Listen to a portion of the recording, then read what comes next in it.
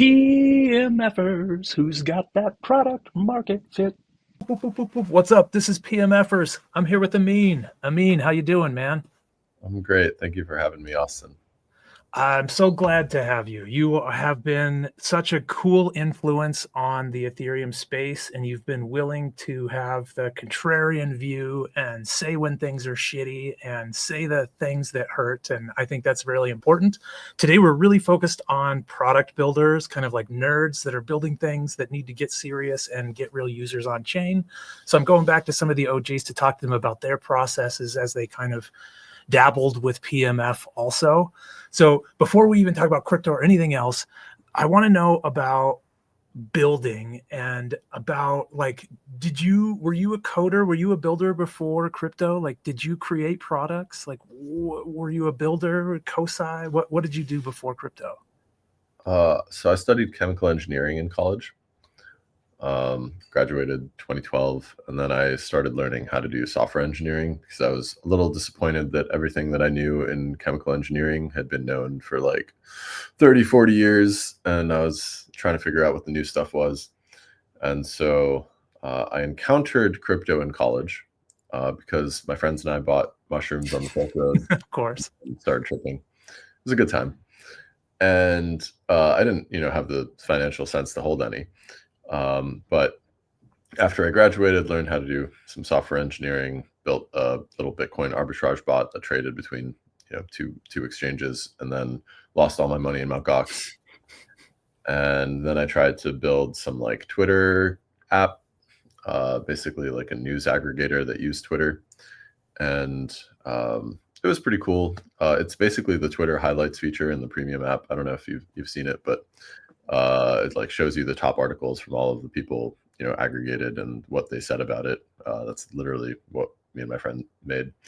But then one of the things that happened is that the Bitcoin topic that we made started talking about Ethereum.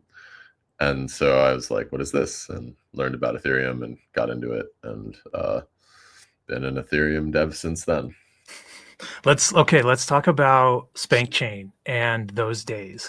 I feel like that's PMF. Like, you had users a long time ago, and it was like state channels, like app. But like, how did you get those first users? What did you do as, okay, we have a product. How did you implement it and get people to actually use it? And what were your first 10 or 100 users, and how did you do it? So we made a demo. We hired some people from the adult industry. We showed some people the power of, payment channels, state channels, what have you, on Ethereum. It was the first L2 on Ethereum, funny enough. And we built this thing, and then we actually built like a demo app. It was called Crypto Titties. And it was just like a way for you to get paid in Ether, and we went to Adult Video Network conference in Las Vegas, 2018, early 2018, and we paid models to let us, upload a picture of their titties on this Crypto Titties website, and we initially tried to get them to do this. We're like, we'll give you Ether, and no one came, and we're like, okay, new plan. We're going to get a lot of cash. And so then we went around and gave everybody $100 in cash. And also, you can get Ether and stuff if you stick around and make a wallet, and then we'll send you some money. And so we did that. And that worked out pretty well, and got us our initial users and sort of people that, built a community around, and we're able to, when we launched Spank Live, which was the cam site that used the payment channel stuff, get those people involved too.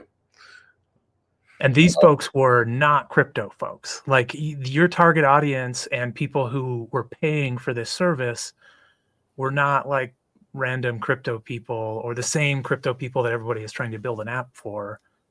This was anybody. This was anybody that could. There was a handful that had some crypto knowledge. Yep. Eventually some of them joined our team, like Ali Knox and Brenna Sparks. But most of them were not crypto natives. They were interested in a novel way to get paid, cross borders, not having to not having it be self-custodied, so that a bank can't hit delete on your money or freeze it.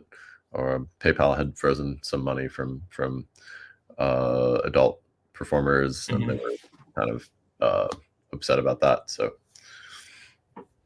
So, okay, I want to talk about Tornado Cash, but I think in the middle of SpankChain and Tornado Cash, there you were also doing, what was it? You were doing like swap or something like that, right? What happened there? Is there anything interesting to talk about there, or lessons for developers? So I mean, the Spank Live story is like it was basically a bull run.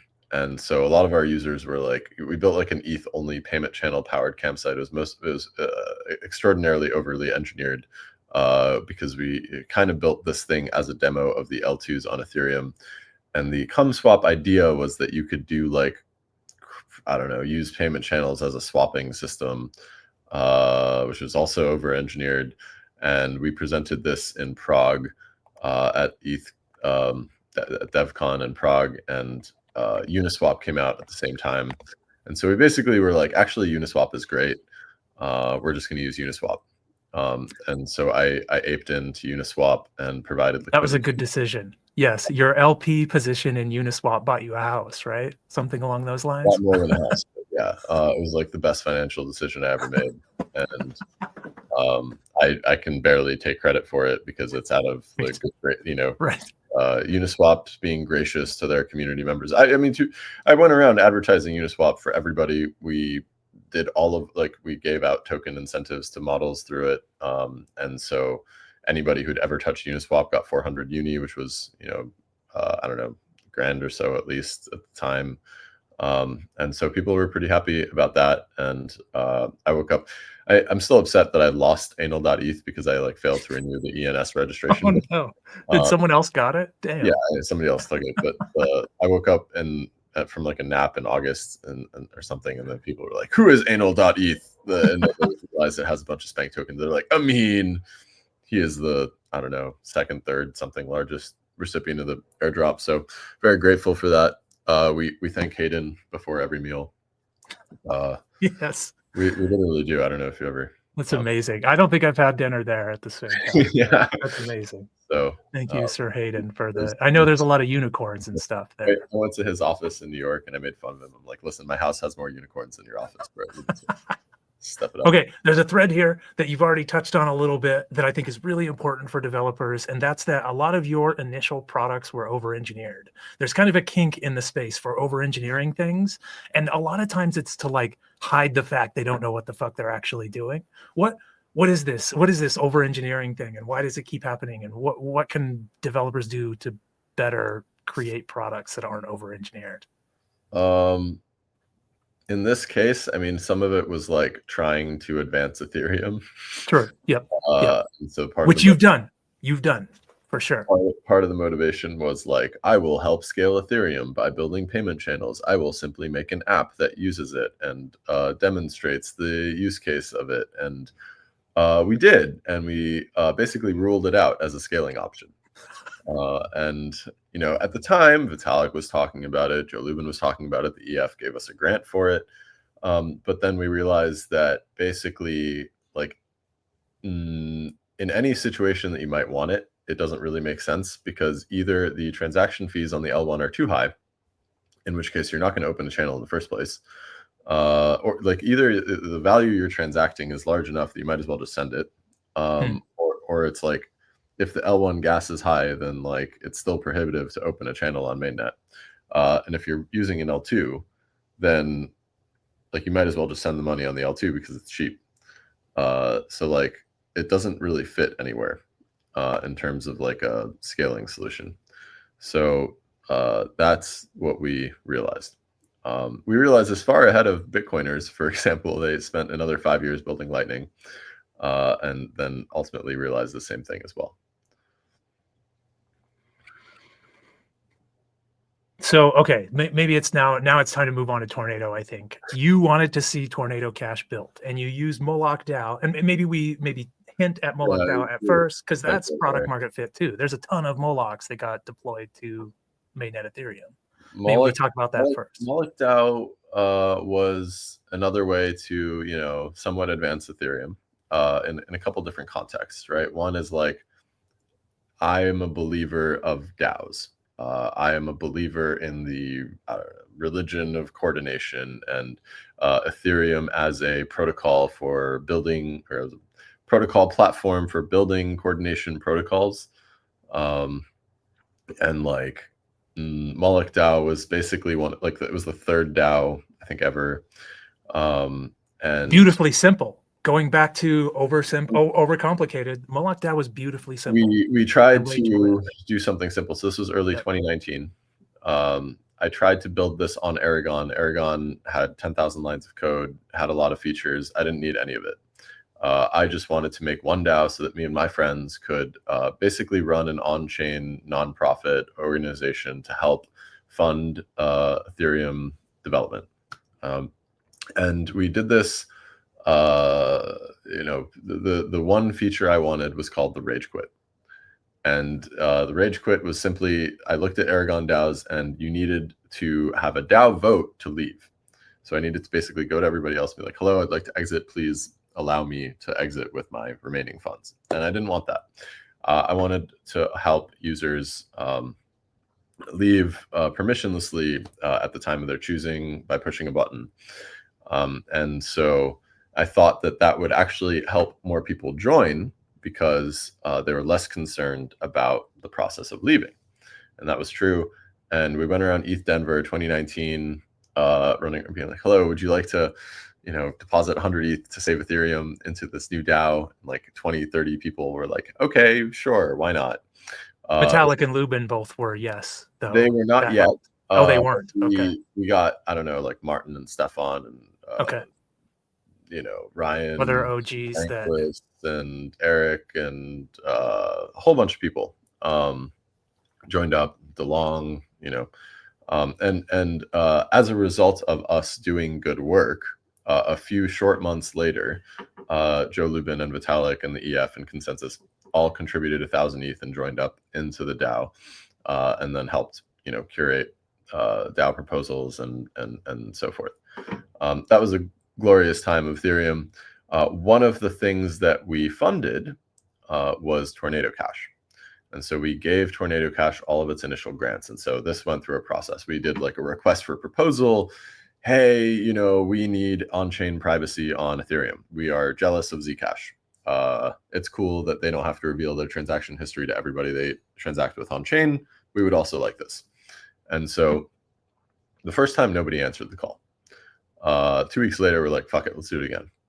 A whole bunch of us tweeted, and then we got 9 applicants. Went through all of the applicants and narrowed it down to 2. And it was the PepperSec team, which is the Tornado Cash team, and one other team. And because the Tornado Cash team didn't show up to meetings on time, I was working with somebody at the EF who was helping me curate this so that it was like we're in this together, type of thing. And then they picked the other team.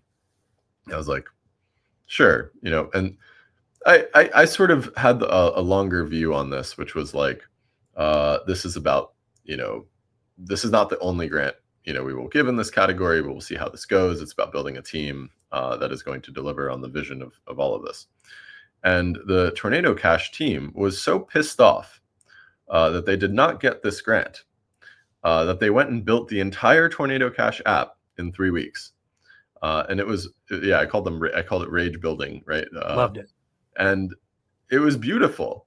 It did everything that we wanted. It was a whole new thing. And at that point, we gave them all the rest of their grants. We did the retroactive grant. We're like, hey, they did this grant too. The guys who we actually funded delivered something, nothing great, not really worth discussing. So we gave them retroactive, and we paid for all the future, UI dev, circuit ceremony, audits on the circuits ceremony, other audits. And it was a great success. They kept the admin key for the Romans. 6 months. Who? The Tornado Cash team, right? Okay. We actually had to hack Tornado Cash twice I didn't know because that. there was a bug. There was a bug in it twice, 2 different bugs, and each time we had to like reset the verifier and change something, and it would have allowed people to like steal all the money, and so we had to basically do it ourselves first, and then like early 2020, ETH's like $100 at this time, right? Early 2020, Bitcoiners, Udi, Eric Wall, I don't know, people started complaining. They're like, "This is custodial. You have an admin key upgrade," and I'm like, "Bro, we just had to hack this thing twice in order to." We like, needed it. Yeah. And we kind of looked around. We're like, "All right, let's hope there's no third bug. YOLO." And And then we set it send to it to zeros or something. zero. Yeah. Yeah, exactly. Burned it. So there was no more admin key. It's fully immutable at that point. And none of us really predicted what was going to happen next. The first thing is that ETH went up a lot. And the second thing is that a video game got hacked by North Korea for like hundreds of millions of dollars. Was this the Ronin bridge? The Axie Infinity Ronin bridge. Axie. Yeah. Okay. Yep. Why, a video game had hundreds of millions of dollars, that you should invite them to PMFers because Right. they give a better story. You're friends with me. I can get you. I can't get them. I can barely get you. So you're like second tier famous, man. Yeah, and then we had problems because the government, like to be clear, like Tornado Cash had like $8 billion of volume over a couple of years time, and everybody was using. I used it for payroll. Vitalik used it to send money to Ukraine. It had PMF. It has PMF. That conflict. Yeah. Everything in between was like a valid use case for Yep. tornadoes. Just like how you, I don't know, launch new things or joined a DAO that you didn't want to reveal, the rest of your wallet history to, all sorts of things. So, yeah, the government sanctioned it, and then threw Alexei and Roman in prison, and then the rest of MolochDAO went to trying to support their legal defense and fundraising for that. And so that's when we basically emptied the treasury. And since then, we've been trying to navigate this legally, politically, from a technology standpoint, multiple lawsuits for different things. Tornado Cash got sanctioned. It got unsanctioned because people sued the government and said OFAC doesn't have the jurisdiction to sanction this. Roman's case is still ongoing. It was a while before he got out on bail. Alexei just got out on bail. Again, he lost his trial in the Netherlands a couple months ago, and then he's appealing, and so he's out on bail pending appeal. It's a little bit of a mess. And the devs are getting blamed for the criminal actions of the users, and there's not anything they can do because we made it immutable. So it's not like they can turn it off. Tornado Cash, and this is one of the beautiful things and one of the kind of scary things about Ethereum is that it will outlive all of us. I will die, and Tornado Cash will still work on the Ethereum network. Even if 99% of the Ethereum nodes decided to censor transactions to or from it, so long as 1% does not, that just means transactions to it take 100 times longer. 100 times longer than 15 seconds is like 100, 1,000, 1,500 seconds. That's like still less than, I think, yeah. It's not long. 20 minutes. So, yeah, so that's not that long. It's like still less than a bank wire, right? So, or a Bitcoin block. Yeah, it's like I don't know, 2 Bitcoin blocks or something. Yeah. So, yeah, in terms of like PMF just happened, right? Tornado Cash was available. The UI worked. You just made the app. In very rare cases, if you make it, people will come. But I think that every product builder thinks that if I make it, they will come. And in most cases, it's not true. In the Tornado Cash sense, I think that there was so much need for it that it just started getting used right away. It was the second zero knowledge deployment on the planet. What was the first? Zcash. Okay. Okay, cool. The first one on Ethereum ever, so, and for me, navigating this, right, I'm okay at math. I'm not a computer scientist, right? So I don't know what is going on. I met with people. They're like, we need a trusted setup ceremony. I'm like, I don't know what that means. When does it happen? I'm trying to make a roadmap. You go to the EF and you're like, hello, you guys are ZK researchers. Do you have a roadmap for delivering on these things? And they're like, how dare you ask us this question? What's it to you? You know, it was pretty funny working with them. But to their credit, they did come around and they did support, you know, building this thing, auditing it. One of them, Kobe, like found a bug in the circuits. That's why we had to hack it the second time. I guess like, I don't know, like don't let fancy tech stop you. Because as long as you know how to get it shipped and what order the components need to be delivered in, you can figure it out. I was kind of like the dumb manager of the situation, but everybody else was a lot smarter than me. And in terms of the PMF, like had we gone immutable out the gate, we would have been trashed. Yep. Yeah, trashed, right? So keep in mind that like there can be security risks. You want to mitigate those security risks.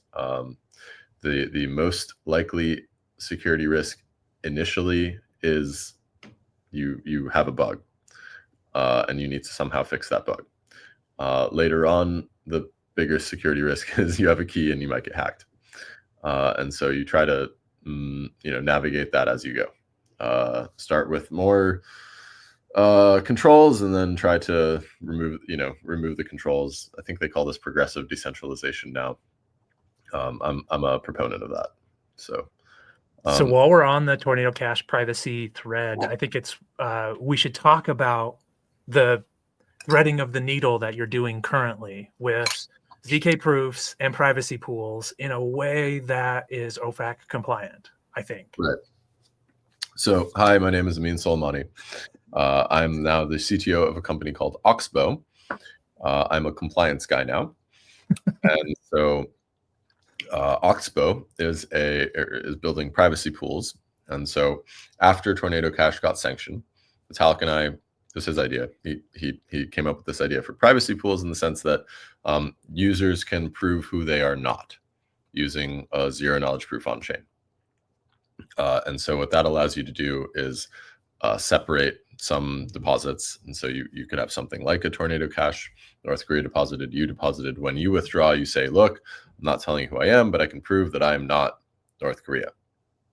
And so we wrote this paper together along with professors at the University of Basel in Switzerland, blockchain department lead, Fabian Schar, and his research lead, Matthias. And so along with a guy named Jacob at Chainalysis. And so we wrote this and then we implemented it. So Oxbow has built now privacy pools. It's not exactly what's in the paper. What was in the paper is a bit of a free-for-all. And so when we explained to our lawyers the design, we were like, hello, here's how it works. It's permissionless, but you can prove you're not some other people who deposited. And they looked at it for a minute and they came back to us and they said, so what you're telling me is if for everybody who doesn't make it onto your whitelist of your association set,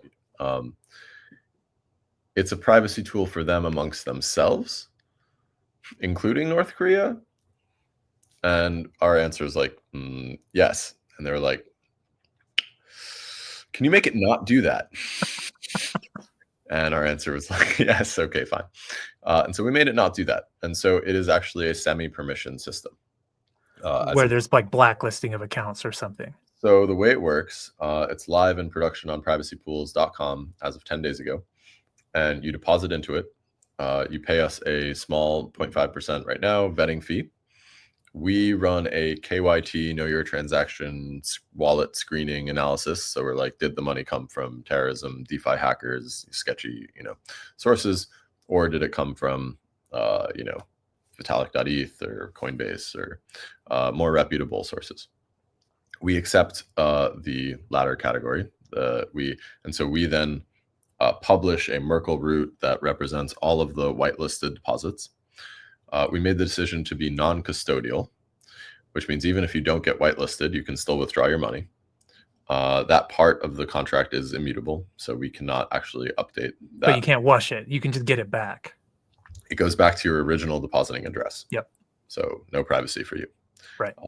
Everybody who is on our whitelist can prove that they are on our whitelist at the time that they do a private withdrawal. And we fixed some of the UX issues around Tornado Cash 2, where like I don't always want to pay somebody 110 or 100 ETH. You know, so like in this, I can deposit any amount, withdraw any amount. It merges the anonymity sets of all of that. So I can deposit like 37 ETH and then withdraw one at a time. And so the nice thing about that is that my anonymity set when I withdraw is basically all deposits larger than my withdrawal. And so we also addressed, you know, the like note, like sort of when you use Tornado, you needed a different, like a specific note for every deposit. And in this, you have a seed phrase, and the seed phrase basically deterministically generates all of the like secrets that would have been the note in Tornado Cash. And so with one seed phrase, you can make any number of deposits and withdrawals. Nice. So Good it's UX. a much better experience for users. So we took the thing that we saw worked. We solved the most important problem, which is keeping out the terrorists. We solved slightly less but still important problems around UX, and we shipped it. And so that is, I'm at the beginning of a PMF journey again. I am hoping that we get some traction and users on this. We are being cautious in how we roll this out. So, for example, at the UI, we didn't start out with 100 ETH deposits. We gated it. So you can only deposit 1 ETH at a time. We just broke 100 ETH in deposits total a couple, hours ago, like today.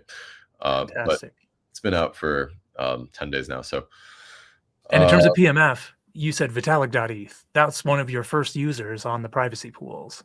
Yes, he, in addition to writing the paper and being a small investor in the project, he also threw an ETH in there. And when he does anything on chain, a whole bunch of publications write about it. So it's a great PR win for that. But it's not actually usable for someone like him, whose size is size, until we enable the 100 ETH deposits and such. So we are prioritizing that, but we are doing so cautiously because what we want to do is make sure our automated screening tools, we use Chainalysis to do some of the like wallet screening. We have some manual processes. We're trying to make sure that we're all set up so that we don't let in any bad money that we will later have to remove from the whitelist. So one of the cool things about how this also works is that if we do make a mistake, it's recoverable. There's a deposit into privacy pools, we approve it onto our whitelist, we can later remove it. And even if we remove it, it can still withdraw, whatever remaining funds are in the pool back to its original deposit address. It makes sense. Yeah. Cool. Okay, so go use privacy pools, and Vitalik's already used it. You can use it too. Is it privacypools.com? Yeah, privacypools.com. All right, and that's Oxbow.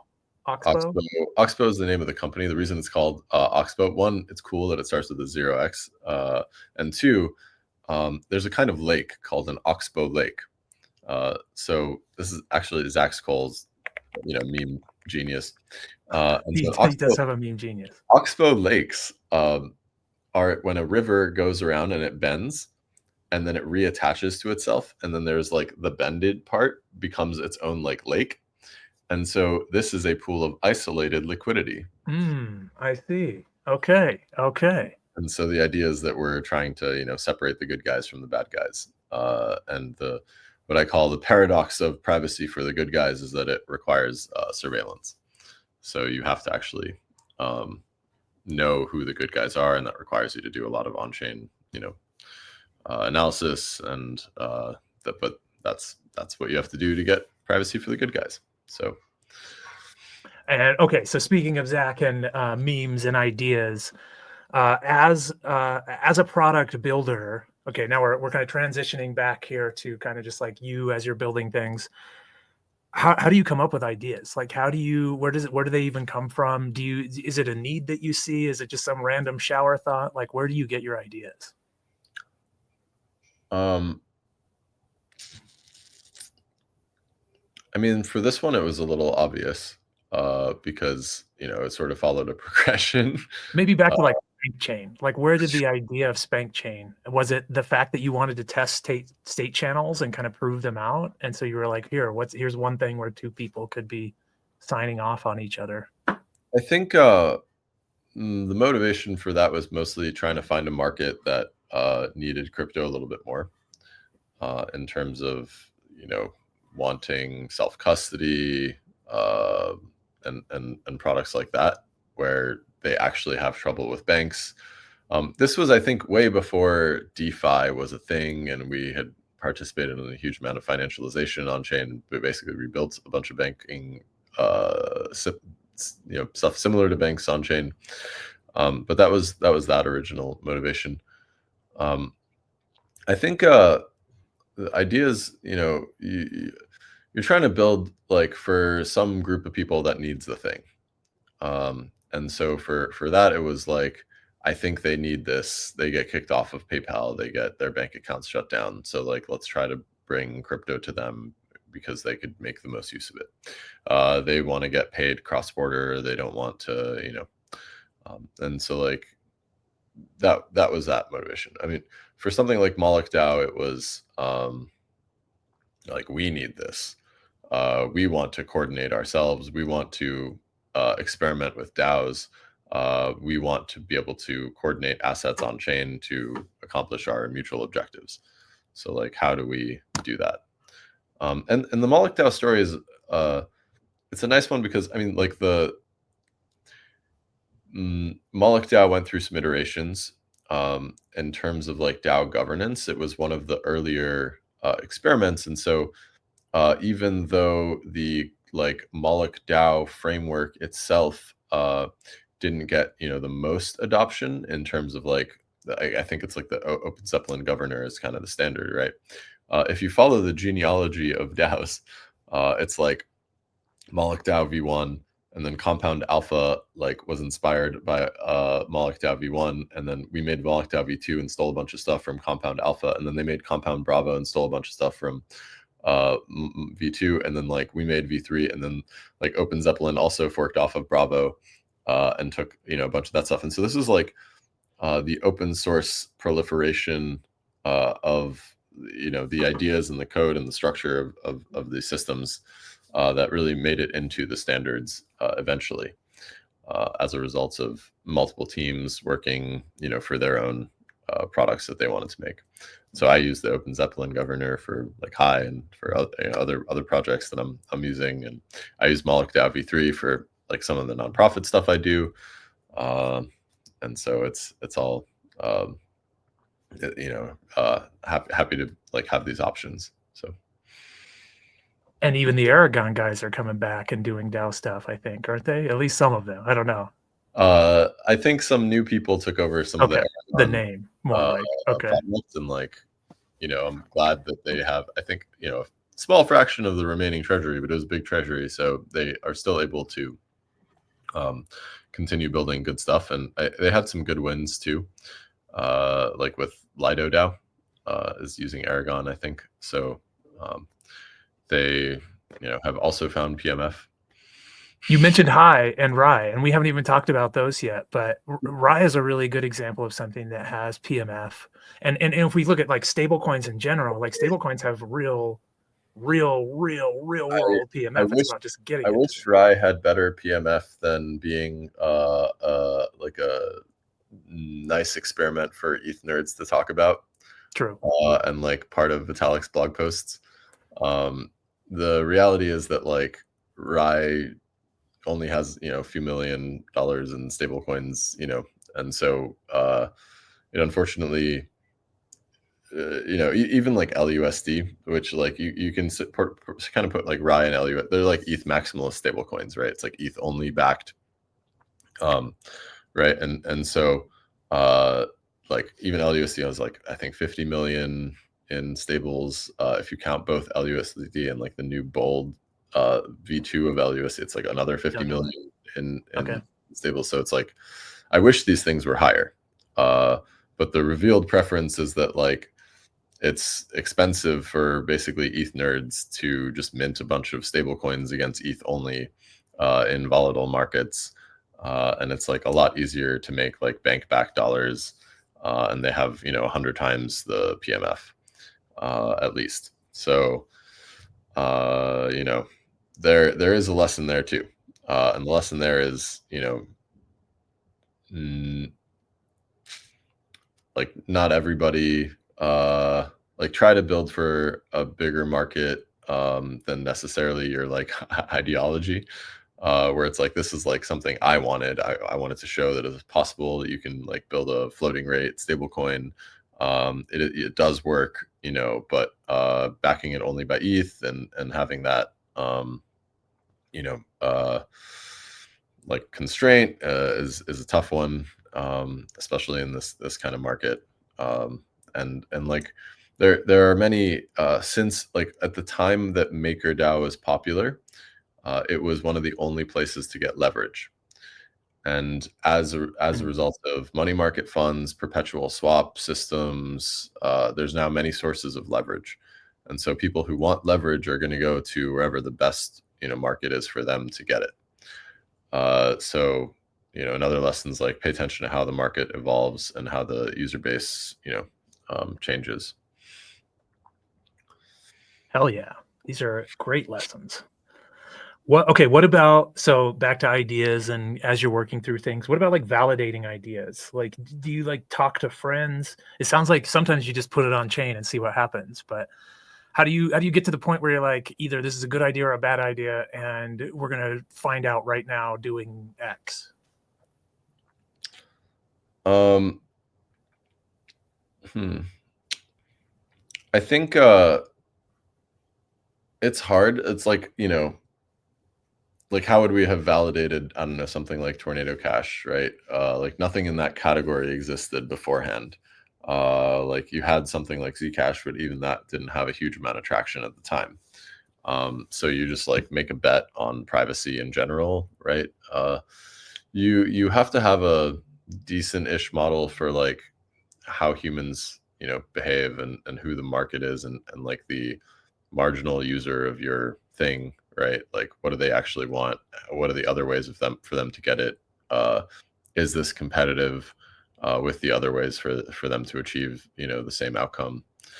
Like some criticisms we've gotten so far for privacy pools, for example, is, well, if I want privacy, I can just run my money through Coinbase. And it's like, that's a valid criticism. To some extent, you can.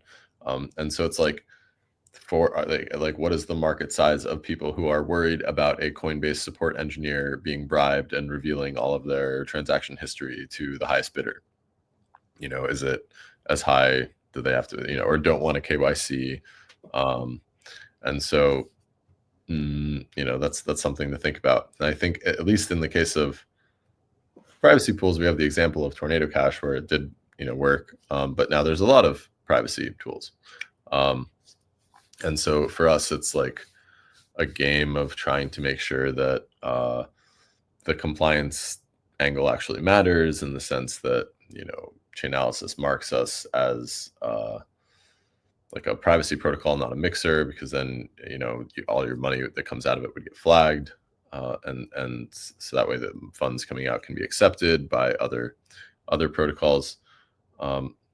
So what was the question? How do we validate? Validating ideas. But I think that like my gut feeling here is that just you've done this enough to know that if you've got a target audience and they have a need and you get a product in front of them and they're incentivized to use it, like people will use it. And you've done this enough to kind of know the process and know that you've got to make a bet and you've got to get something in front of people. And that's kind of the way you validate things, is kind of a long running, it could take 6 months, it could take a year, but we've got to actually ship this thing for these people and then they will use it. And that's kind of the bet you make. Whereas with me, I'm just like throwing shit at the wall, hoping the first user uses it. It's a totally different you're much more serious about the product, and you have a clear-ish vision of like what that thing needs to be in production. And there's not a lot of like throwing shit at the wall. Even during Tornado Cash, that like Tornado had the same sort of criticism, that it was like, well, right now we just run our money through exchanges. And so you kind of look at this and you're like, is this better, right, than how we do it right now? And it's like, in the case of zero knowledge proofs, like nothing actually does that. Nothing else on the planet actually gives you like unbreakable linkages where nobody knows the deposit withdrawal, who's who, and there's some people do on-chain analysis, try to sort it out, but like even so, it's a guessing game. It's not the type of thing where it's like somebody at an exchange knows who it is, right? Yeah. So that, like, I think the things that are like fundamental breakthroughs do a lot better in terms of unlocking things that you can't do, and even then, like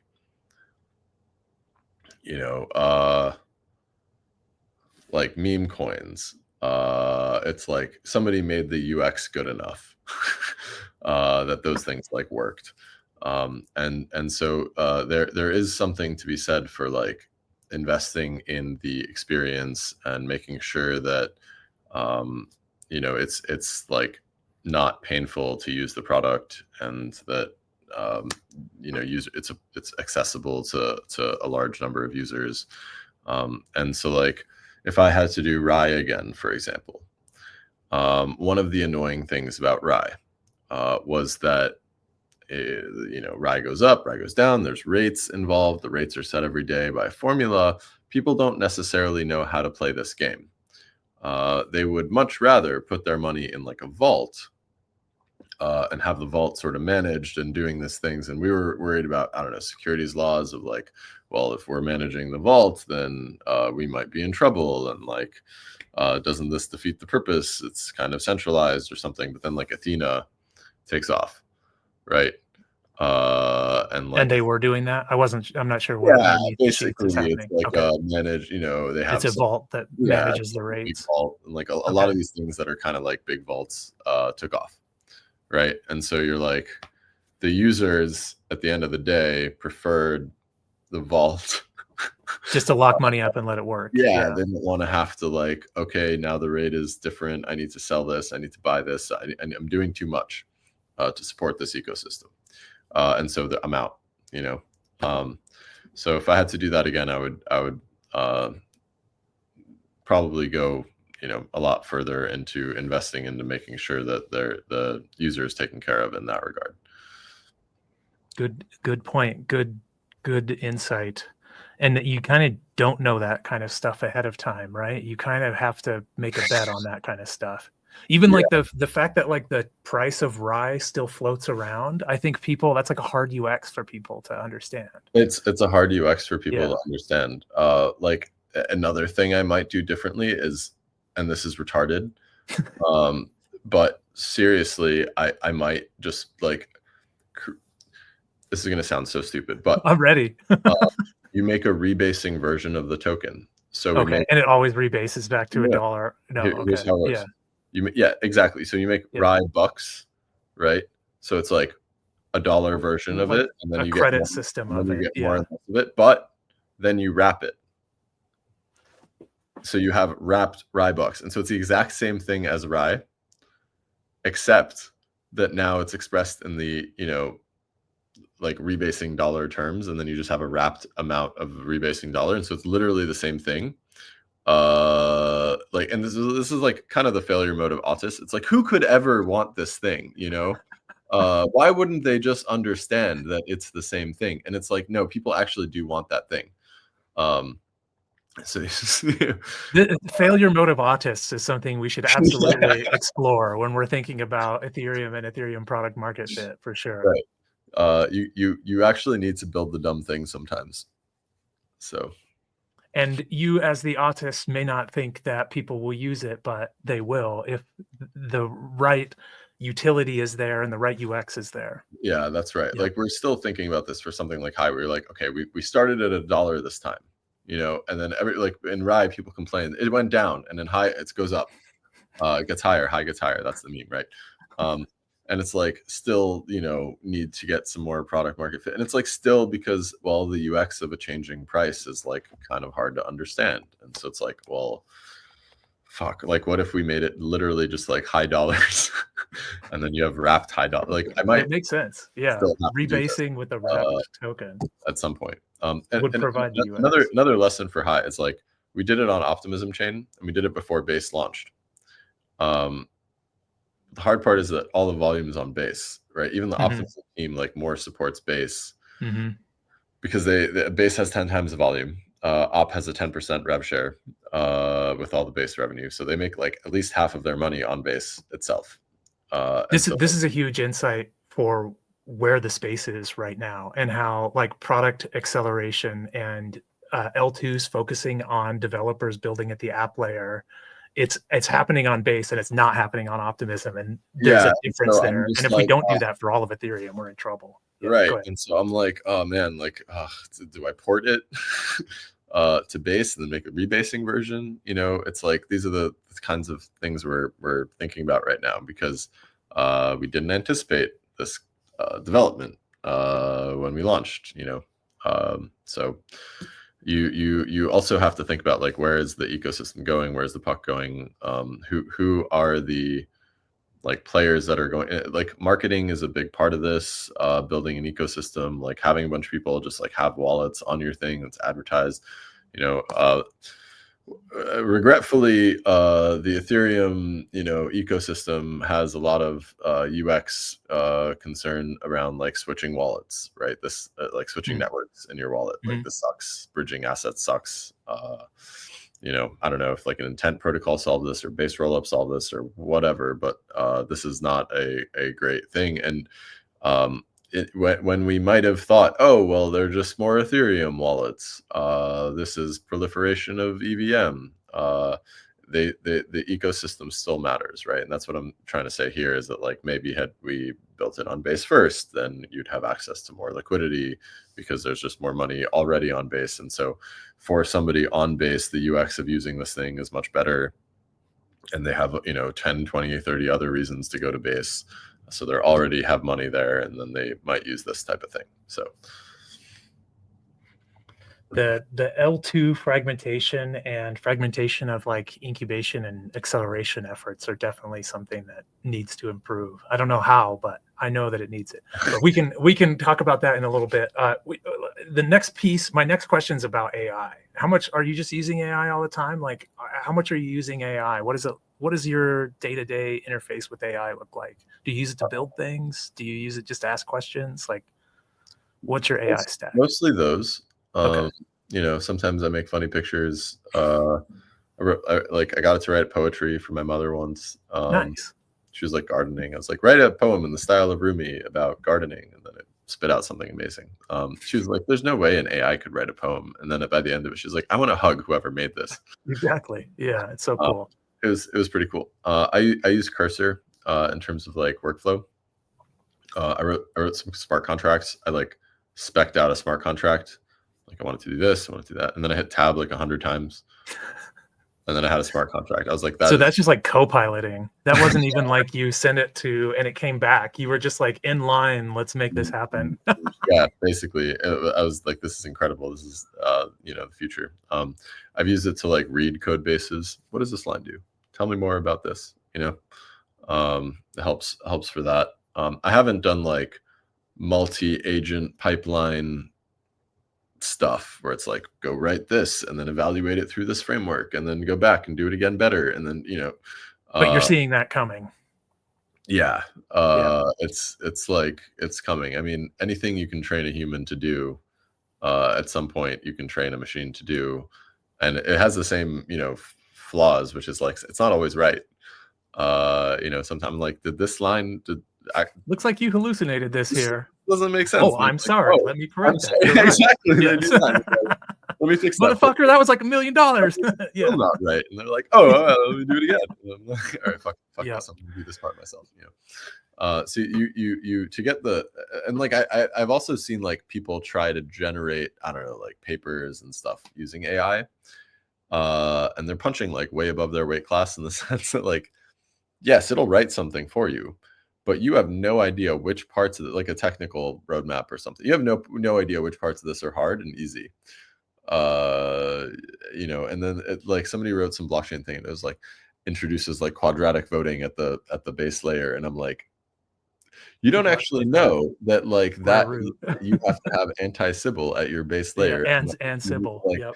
KYC everyone. So it's like, Yep. this is like an idea that sounds good on paper. You fed it a bunch of ideas. You said smush these all together and produce this, and it's like, it doesn't know like the meaning of this stuff yet.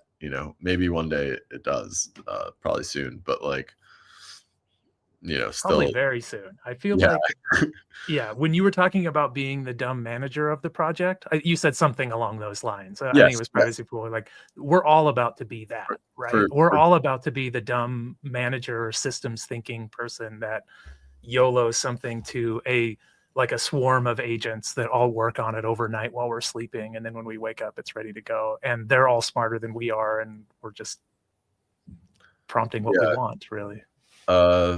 I think it's going to be a lot of that. And so I don't know, you're like, create a system architecture with the following components, and string it all together, and like, here's the way you train your sub agents, right? Mhm. Make sure the code follows these standards, right? It's like not that far Have you from. found yourself committing strings of text to GitHub yet? This is a weird phenomena for me. Is like, I have a prompt that I want to prompt an engine with, or maybe like there's a prompt that goes into GPT on a backend somewhere, and I'm no longer writing code and shipping it on GitHub. I'm editing the prompt and shipping the prompt on GitHub that's going to an AI agent. Multiple times, it's just like plain text I'm throwing into GitHub, and that's the thing that I'm editing and saving. I have not done that yet.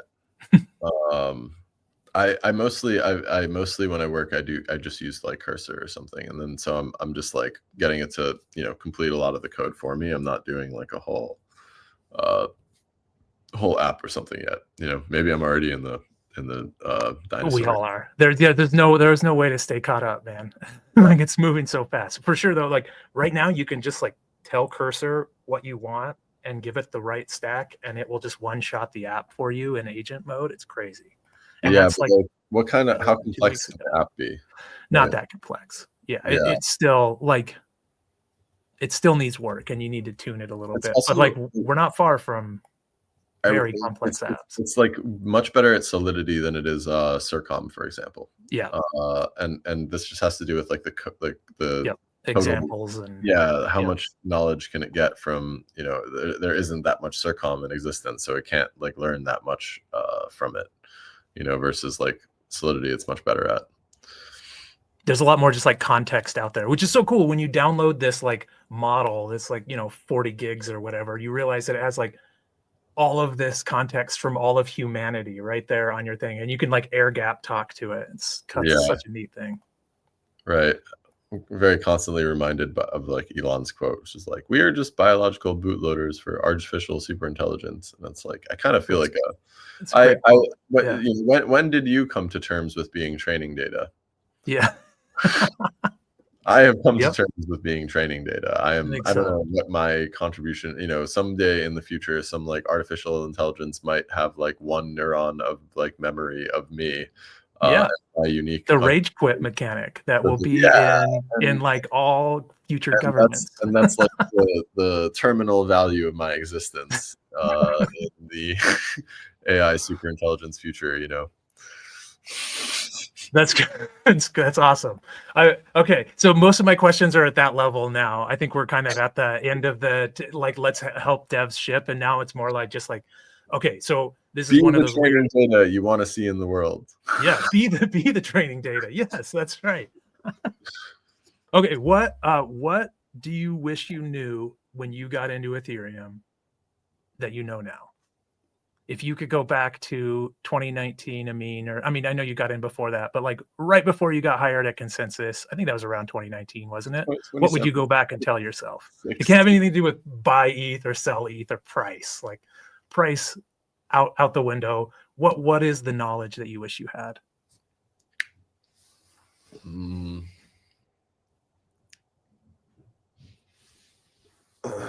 Probably go a bit deeper into things sooner. Like read the source code. Read more of the stuff like for example, for something like privacy pools. Like I could have maybe shipped this, I don't know, a year ago, 2 years. Like if I had taken it upon myself, like upgrade yourself faster and better is kind of the thing. And it's like and in order to do that, sometimes you have to go deeper and like learn the programming language and like you know get further into it. So I would say stuff like that. Trying to think of what else. I mean, Vitalik isn't God. Do you want to say that Vitalik part? isn't God. Yeah, and say that it's part? like people get stuff wrong, and so like if you're just trying to like build for Vitalik instead of building for PMF, you might just end up as like a example in a couple of his blog posts, and like that's doesn't like pay your bills. So focus on yourself. All the public goods builders out Yeah, there. like public goods guys. is cool, and like MolochDAO was cool, but it was like a money losing DAO. It was not a fun thing to talk about. Accomplished a lot for the space, but like help people coordinate for sure. Help people coordinate. Got me invited to a lot of podcasts. But like try to build things that deliver value to people. They might not have the same like Ethereum religious beliefs that you do. Build for them anyway.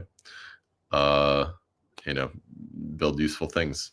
I think really insightful stuff here. Like, yeah, I feel like very mature standpoint here about how this is going to work and how you need to be thinking about things. Like we got old man Ameen around here, and we're all honestly, I feel like old man Ameen, and it's like like I like see the like a lot of the Ethereum, I don't know, like ideology posting, and I'm like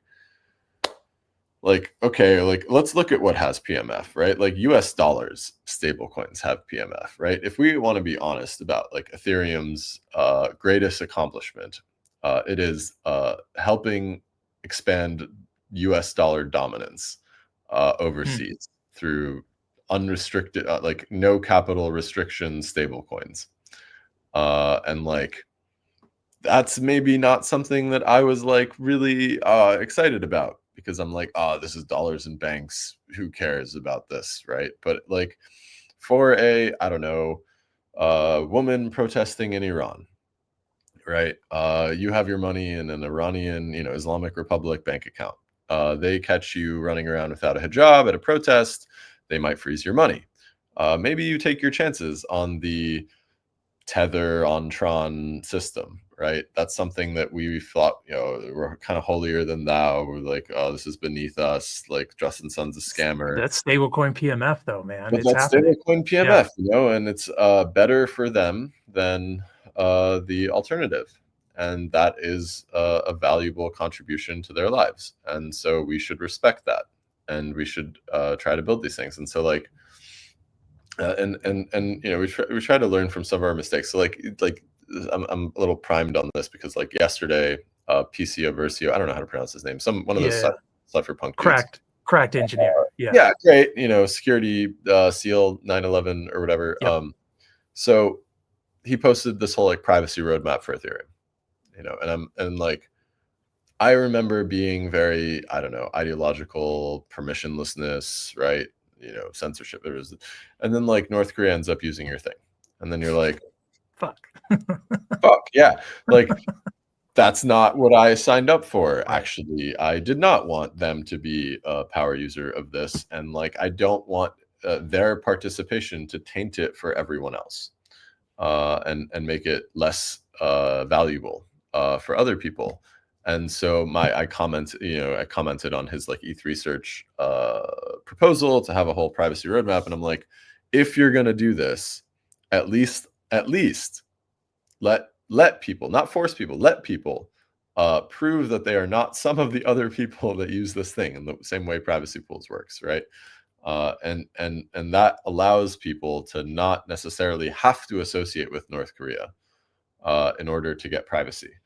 And And there's no lists or anything there. You're still just using the proof, and it's like just math. yeah, I mean, Yeah. you subscribe to some list providers. Those list providers say these guys are North Korea, these guys aren't. You say I'm on the people that aren't. They check you out somehow, but publicly everybody knows that you are not on that list, and so that works. And so be careful being too ideologically driven, especially in like Vitalik reviewed that blog post, his ETH research post and roadmap. So it's like Vitalik is still harboring this community of ideologically driven, devs, and like he's not always right. Sometimes it's good to be practical and like learn from experience. And I, hope that we as a space become mature, because it's kind of annoying being like grumpy old man Ameen all the time. I hope other people are also grumpy and old men, and then they can fill in the gaps, and I don't have to do it all. But yeah, This is good stuff. And it's, yeah, really just like a dose of reality for all of these builders that uh, kind of have definitely been thinking like along the lines of the ethos, but we want to make the world a better place, and building a public good is such a attractive thing, and you can ship it and Vitalik will retweet it, and there's like this happy path that kind of is in a lot of people's minds that doesn't really exist. And or maybe it exists for like a very, very small group of people. The paper that Peter wrote, I I was can't actually remember thinking about exactly that. what this is, but the post, The Ethereum hero's journey. yes, the Ethereum hero's journey. There's this idea of being kind of post doing it for the ethos and actually start doing it for the money a little bit. Is that Yeah, it? Am I kind of, you want to get into that? I think it's great, a it's great exactly concept right. for builders. Peter wrote it for himself, but I feel like he wrote it for me, and like And me. and all of us, right? And it's like, Yeah. because he went through this, right? And so we're talking about Peter Pan here. He was the founder of Metacartel. Metacartel is like a fork of MolochDAO. We were all trying to build like public goods for the application layer, get a bunch of people together, give grants, basically fill in the gaps that we thought that the Ethereum Foundation and people were not filling back in the day. But Peter went through this journey of like getting social capital through coordinating public goods, and then realizing that like it doesn't pay his bills. He got burnt out on it, even though he got, went through this whole journey. He got podcast invites, speaking at conferences, and look, you're doing these things, you're giving out grants, yay. But then, you ask for some money and everyone's like, well, I don't know. Like it's a hard one. And so he eventually burnt out on it and then became a venture capitalist. So now he works at 1KX. He gets some carry on the deals that they make. It's very profit motivated. And like his sort of understanding of this changed in the sense that like you might do even more good Yes. for your community by investing in yourself and achieving, collecting some of the profits for yourself, and not continuing to be dependent on others in order to do this, right? If you have more resources, then you can give out whatever public goods you want. You don't have to be going asking for other people's help. So what if you got more resources? And the hero's journey sort of ends there, which is where it's like the hero decides to focus on their own, family, their own, earnings, and the The value. local host. Yeah. Yeah, the value they get. And I think to some extent, a lot of us who got into Ethereum, we idolize Vitalik a little too much. Yep. And that's our fault. And we should do better. He is a human and he has limits, and like it is not fair to him for us to like all want his attention and his, blessing on everything. And like, you know, it's nice when he gives it, but like we need to be able to like self-actualize into the people that we want and get more power and resources, and then be able to contribute and potentially steer the ship in addition to him, and not just like always be sort of begging him for this and that, and trying to influence him in some ways. So that is part of the Ethereum hero's journey. I actually throw a link to that in this whenever you publish this. Yep. It's a good one. I threw it on GitHub. I'll send it to you if you don't have it. But yeah, I think that's an important part of like growing up in the space. Like I'm 33 years old now. You know, I'm an adult. I got in here when I was like 24, and everything. You know, woo, Ethereum is going to save the world and everything. And it's like, it might. I don't know. You got to survive long enough to see it through. So, and it's you at home, like you, the builder, who's thinking, I just have to build a cool quadratic voting app, and that's going to unlock everything because Vitalik's going to notice me, and then I'm going to get rich. Like, you're wrong. Like, that's not going to happen. And you need to think about, if you launch that thing, how you're going to pay the bills, and no one's going to pay the bills for you. And if you're out here saying, I'm having all of this impact, creating all of this stuff, why isn't optimism paying me more money? Like, you're doing it wrong. Like there's literally, there's no stakes here. You have nothing to lose. You're just kind of YOLOing what you think is a public good.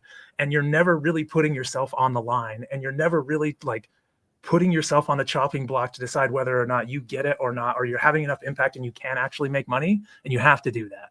And it's the hardest thing to do. It's way easier to build public goods and wait for daddy to like you, but that's never going to happen. And it worked for Devin Nash, who's actually a badass, by the way, the other dude, but like, that's a side point. It doesn't work for 99.9% of everybody. Even if it does, it might not work out to the extent that you think it might.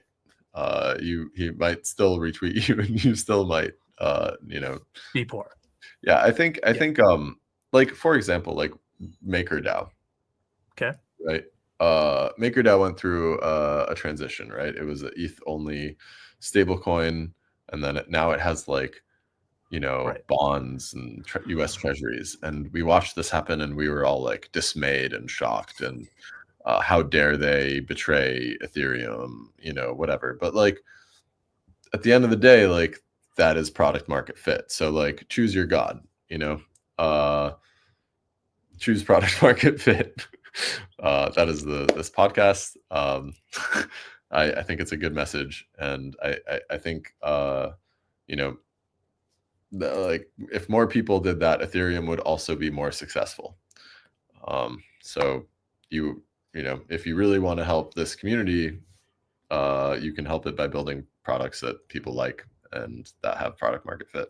So, and to do that, you might have to make some hard decisions, and you might have to do a lot harder things than you thought, and a lot more complicated things, but you've got to like take the hard path to get there. All right, last question is the stupidest question. I don't even know where you'll go with this. We've had so much good insight here. I need to watch this again myself just to capture all the great things. But my last question is, what is your superpower? What do you think about that?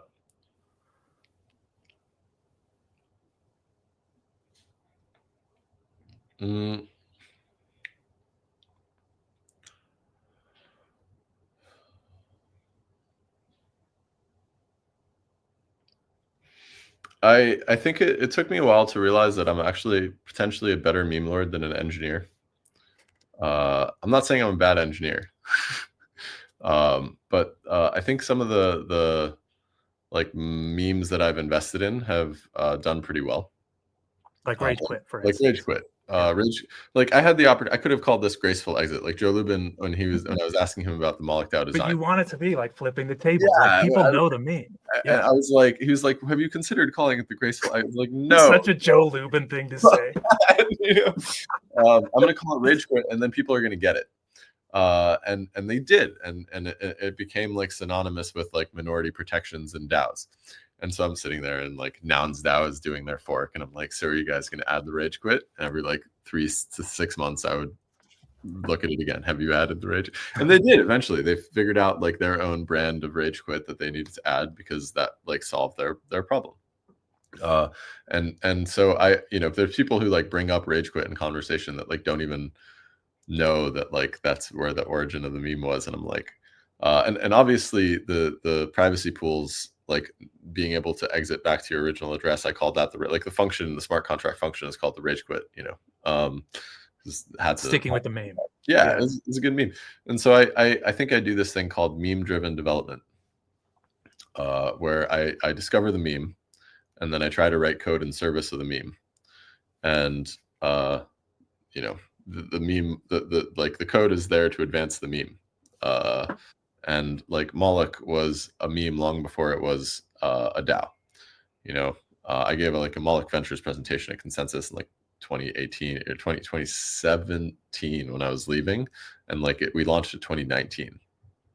And it was because I really wanted people to like discover this like Moloch Meditations on Moloch blog post by Scott Alexander that I thought had a big influence on me in terms of understanding like coordination problems being a thing that affects all of humans, and like we can potentially overcome, and where Ethereum fits in all this. And that worked pretty well. And like David Hoffman would like end Bankless podcast episodes, how are you slaying Moloch today? And like Gitcoin went out and made comic books and t-shirts and stuff, and that was pretty cool too. I think they forgot the paradox of we forgot the paradox of Moloch a little bit, which is that in order to slay Moloch, you have to worship at his altar in order to gain the power to do so. Does that mean some sacrifice? Yeah, some babies. Yeah. The babies thing is the like ancient kind of night where the term Moloch comes from, is like they sacrifice infants in times of extreme need, because like the tribe needed. Sometimes you got to get the crops to grow, man. Well, no, it was like if you're going through a famine and like you were feeding infants, like the whole tribe might starve. And so like as a result, like you might straight up just like have to sacrifice. It's like a hard thing to even consider. But like that might have been the level of sacrifice necessary. But anyway, memes change the world. In this context, yes, I think understanding the power of memes is one of my superpowers, and it gives me a lot more influence in the Ethereum community than maybe I deserve. So at the ETH Global Talk, you're like, I can't believe people keep giving me a microphone. But Vitalik trolled me. Wonderful talk. And I don't think he expected me to get like the opportunity to give like a full on stage lecture, basically like a 20-minute lecture about like Marxism and communism and like how it affects civilization and like how and like I know a lot of people watch that because I know people were talking about it. And this is the ETH Denver Pragma talk about Ethereum cultural victory. I meant to, it was supposed to be like, I had a lot more material. So I was going to talk about all the bad things and then talk about all the good things that lead to cultural victory. But the talk was only 20 minutes. So I got carried away. Ran out of time. For the good things. For the good things. So yeah, I made my points, Vitalik basically decided to fight a meme war with me. And I don't think he was expecting me to fight back. But I felt very strongly about this. And so I decided that I, wanted it to be heard. And so I think I did. And I actually think that like the kind of like EF and maybe Vitalik too, but like the way they kind of adapt to things is they eventually do what you're suggesting. They just don't thank you and they give you credit for it. So I'm okay with that. As long as it gets to the right place eventually. Yeah, I mean, yeah. It is always a suicide mission to try and fight Vitalik. Lessons learned on PMF, everybody. All right, thank you so much, Ameen. I'll include some links here in the show, but just so many good nuggets here of wisdom. And just really what it takes to be a serious person that ships a serious app that people will actually use, and what you can do out there to become a serious person. Thank you so much, Ameen. Have a good one. I'm now the role model for serious people. I guess that's pretty funny. I mean, it's I'm a compliance getting guy. it done. The whatever it takes to thread the needle to make the thing work. I think Got it done. even if you have to make set yourself on yeah. fire and become someone new if you have to. Beautiful. All right. Thanks, Ameen. See you. Have a good one. Cheers.